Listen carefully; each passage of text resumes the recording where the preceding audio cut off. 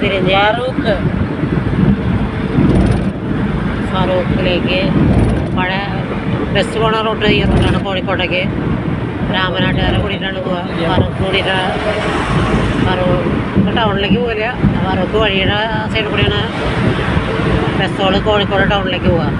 Highway touch ചെയ്യില്ല Kozhikode town. ഇതാണ് പഴയ കാലത്തുള്ള രാമനാട്ടുകാര വഴി.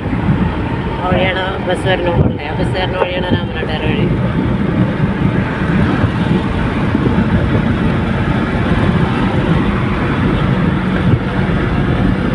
ഇതിൽ ഒരു പാലം മാത്രമാണ് ഇപ്പോൾ ഹൈവേ അതോറിറ്റി പണിതിട്ടുള്ളൂ. മറ്റേ ഈ ഹൈവേ വരുന്നേക്കം ഫസ്റ്റ് ഒരു കൊല്ലം മുമ്പാണ് ഈ പാലം പണിതത്.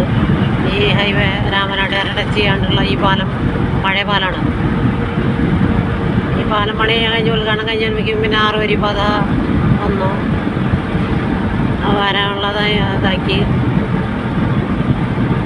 ഫസ്റ്റ് ഭരണം കിട്ടിയതിന് ശേഷമാണ് ഈ നമ്മുടെ ഹൈവേ രാമനാട്ടുകാര ഈ പാലം വന്നത്.